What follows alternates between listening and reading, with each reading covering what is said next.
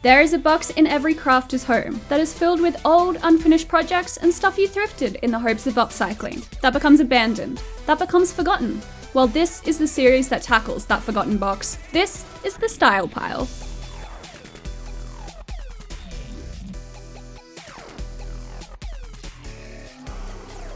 This video is supported in part by Storyblocks. Hello, welcome back to the Style Pile, and we're up to episode 18.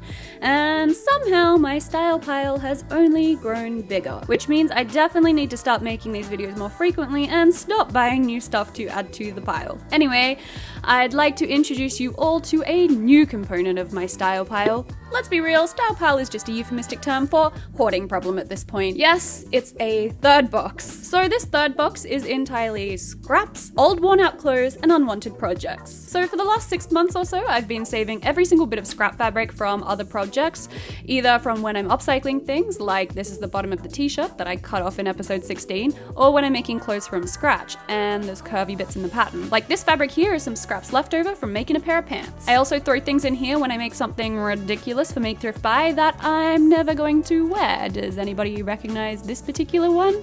Now, a huge reason that I've been doing this is that I recently watched this program that aired in Australia called The War on Waste. And this is how many clothes Australians throw out every 10 minutes. So after seeing this, I was like, oh, well, I'm never throwing out any tiny piece of fabric or tiny piece of thread ever again because I don't want to contribute to this huge waste of fabric and resources. And so I have ended up with this quickly growing scrap pile. So let's see what we can do with these. Can we turn them into something new? Project number 1. The first thing that I'm going to try and make with my scrap fabrics is a Plushy Toy. Now, it's my niece's 5th birthday this week, and I wanted to make her something cute. So I'm going to use this piece of fabric, which is also a cutoff from this cotton t-shirt that I also upcycled in episode 16, and I'm gonna iron an image onto it. So first, I needed to find an image. Now, I wanted to make a cute cartoon animal plushie, but I also didn't want to infringe on any copyrights. So I headed over to my favorite royalty-free graphics website, formerly known as Graphic Stock. You guys know that I'm a huge fan, and I've used them before. I've told you about them before. Storyblocks. And full disclosure, they're also sponsoring this video. Anyway, first I did a search for some owls, because I think owls are really cute. They'd make a cute plushie. But why are you so sad? And then I looked up unicorns, and I actually found some super cute narwhals, which would also make a pretty good plushie. Then I typed in hedgehog, and I ended up finding this super cute image. But I also ended up deciding to use this fox from the image instead. So next I opened up the image in Photoshop, removed the background colors, and I did this little trick to add seam allowance around the fox image, which is important for making the plushie. To add the seam allowance in Photoshop, with the fox layer selected, I went to Layer, Layer Style, and I clicked on Stroke. This opened up this box, which puts an outline around the fox image. So I played around with outline colors and widths, and I also cleaned up the edges using the eraser tool. This toggle here changes the width of the outline. I bumped mine up to 20 to get approximately 1/2 inch seam allowance around the fox once it was printed out. Now I printed it out onto plain paper first to check that the size was right before I printed it out properly in full color onto my photo transfer paper. And then this happened. Printers!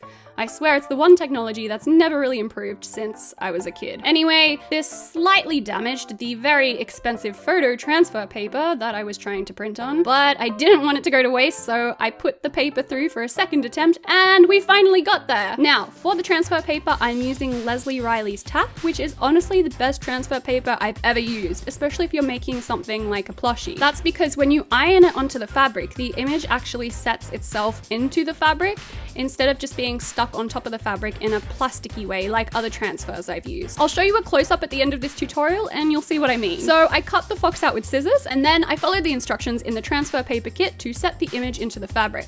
Now this is only my second time using this transfer paper, so I'm still working out the kinks, and larger images are harder to do than smaller ones, but I think that overall it transferred pretty well. So once I transferred the image to this white cotton t-shirt scrap, I then searched through my scrap fabric box for 2 more pieces that could act as 1, the back piece, and 2, a backing for the fox image. The scraps just needed to be larger than the fox image, so I ended up with these 2 pieces, which are both lightweight, woven, non-stretchy cottons, and I cut them to roughly the same size as the fox image fabric. This darker floral fabric is going to become the backing for the fox image. I put some pins through the 2 layers to hold them together, and next I'm going to sew them together like this. I sewed right on the edge of that orange outline seam allowance that I added using a straight stitch. Now, because the t-shirt fabric is stretchy, I was also careful not to stretch this at all while sewing it to the backing piece. Once that was done, I carefully cut around the image just outside of the stitches. Then I grabbed this brown floral cotton piece, which I'm going to use as the back of the plushie, and I flipped it so it was right side up, then flipped the fox down onto it. So the two pieces of fabric are right sides together. And I sewed the two pieces together by sewing around the fox just inside the white stitches there. I'm also not sewing entirely around the fox shape. I'm going to leave a small opening here.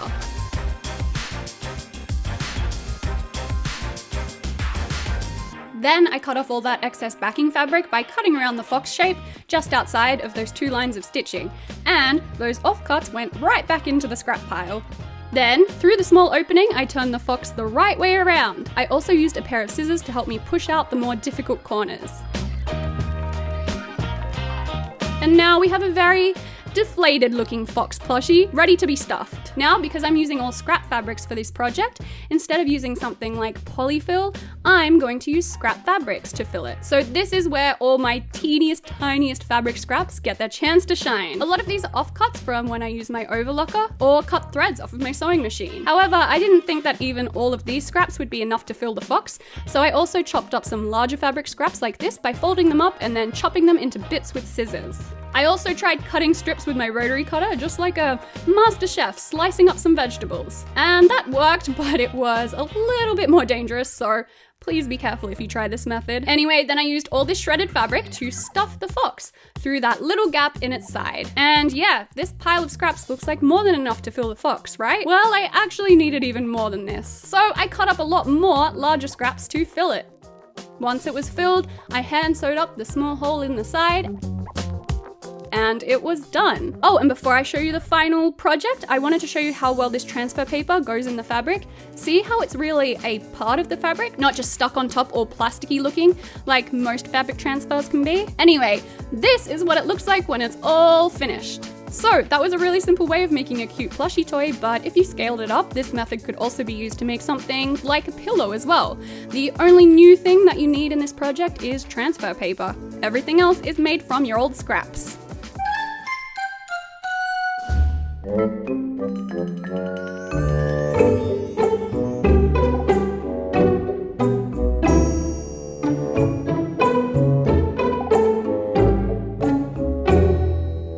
So we still have 3 other scrap fabric projects to go. I filmed a total of 4, but this video is getting long enough already. So what I'm gonna do is break this up into a little mini series of 4 episodes. So come back here in 3 days if you're watching this on the day that it comes out to try and see me make a sleeping mask out of all scrap fabrics and old clothes. And then in parts 3 and 4, we'll also be trying out 2 other projects. So as I mentioned in the beginning, Storyblocks is sponsoring this video. Storyblocks provides high quality photos, vectors, icons, and more that are all royalty and copyright free, so you can use them in anything you want. Seriously, they're great if you run a business that has any graphic design component, website, or YouTube channel as well. I use them a lot. You can download anything from their 400,000 strong image library in the member library, and they also have a new marketplace where designers and artists license their images. So not only does this help artists sell their work, being a Storyblocks member also gives you 60% off any of these if you want to use them for yourself. Storyblocks is giving away a 7-day free trial through my promo link so that you can try it out for yourself. So click on the link in the description box below or go to storyblocks.com/YouTube and start downloading images today. Thank you so much to Storyblocks for sponsoring this video, and thank you to all of you for supporting the companies that support this channel. Anyway, I'll see you all for parts 2, 3, and 4 really soon. Bye for now. Thank you to all of my supporters on Patreon who, along with the sponsor of this episode, make these videos possible. To become a Patreon supporter, go to patreon.com/Annika Victoria.